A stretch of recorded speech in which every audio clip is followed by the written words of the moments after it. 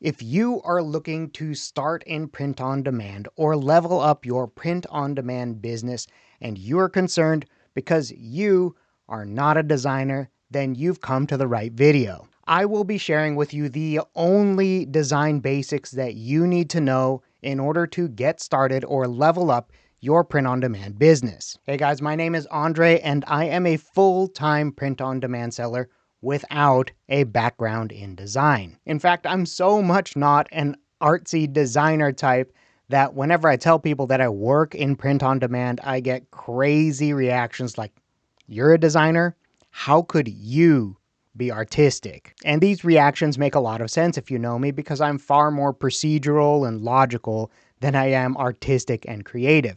And people think that artistic and creative is what you need to succeed in print on demand. And that's just not true, as long as you have some basic understanding of design principles. I am not good at art. In fact, I regularly got terrible grades in art in school, starting as young as kindergarten.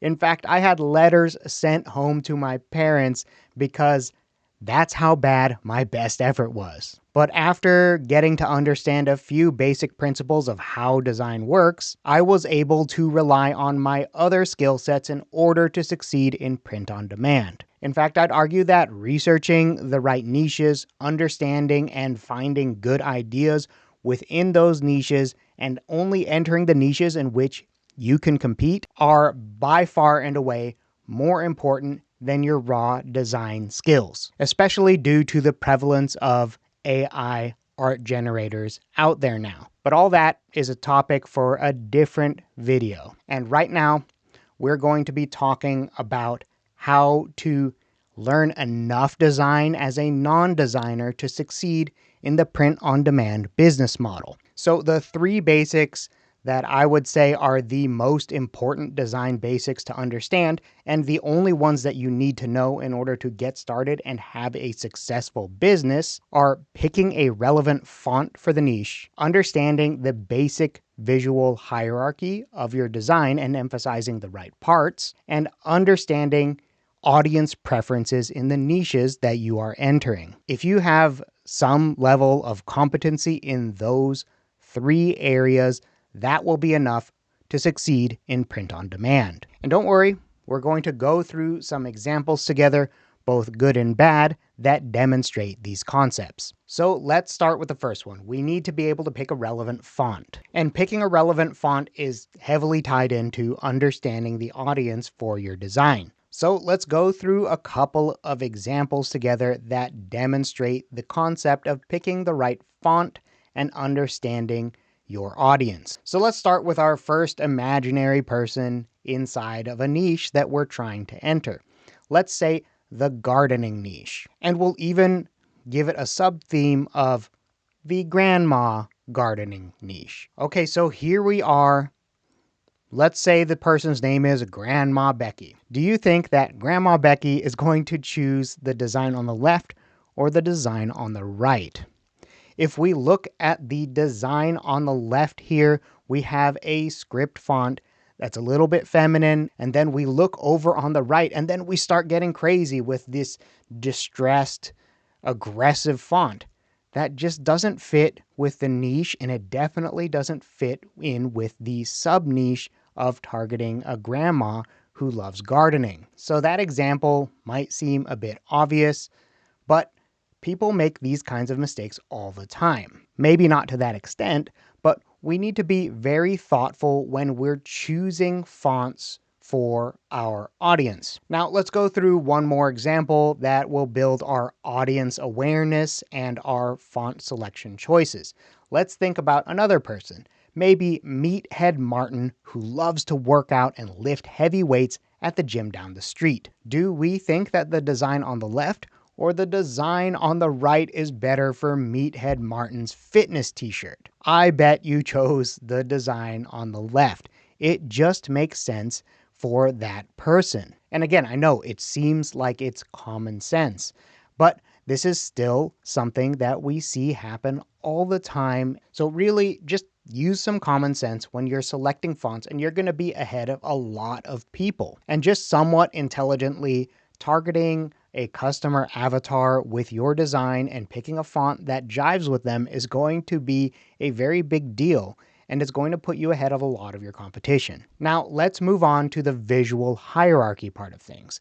Visual hierarchy is just a fancy way of saying what gets looked at first and what gets looked at second, and so on. Now, let's go through an example of what good and bad visual hierarchy looks like in a typographical text design. Okay, so here is our example demonstrating good and bad visual hierarchy in a design.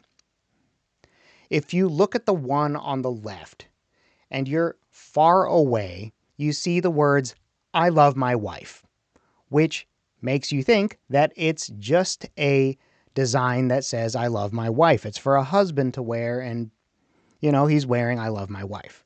But then you look a little closer and it says, "It when lets me play video games." So that second level in the visual hierarchy changes the design and turns it into a husband gag gift kind of joke design. So when you read it out loud after you notice the second part of the visual hierarchy, it says, "I love it when my wife lets me play video games." So that's what makes the design work. It turns it into a joke.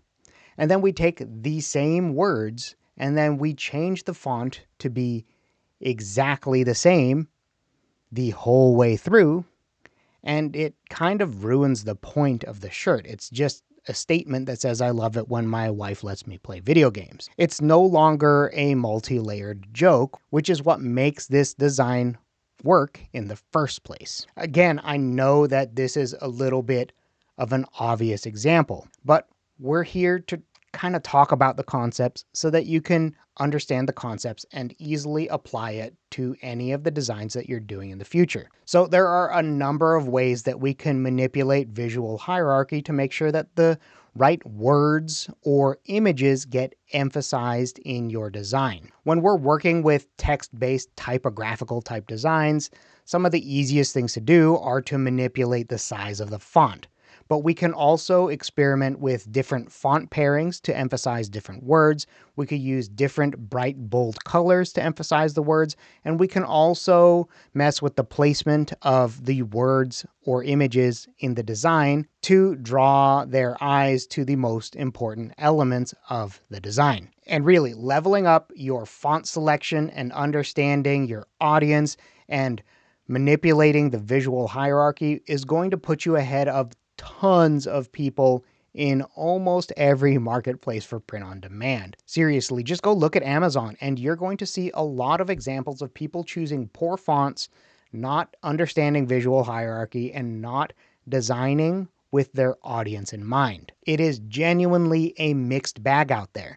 And that's a good thing, because if you nail these 3 design principles we just talked about, you're going to outcompete these people. And if you do all of these things right within the right niches, then you will be able to out-earn graphic designers. It's really all about taking a common sense approach to building out your portfolio. So if you're intimidated by the idea of starting in print on demand because you're not a designer, you need to think again and challenge those beliefs. If you apply the principles, know your audience, and prompt some AI tools, that is going to be enough for you to build a successful print-on-demand business. If this is something that I can do, then you'll be able to do it too. Now, if you want to learn how to most effectively prompt AI to build up your portfolio faster, then check out this video over here.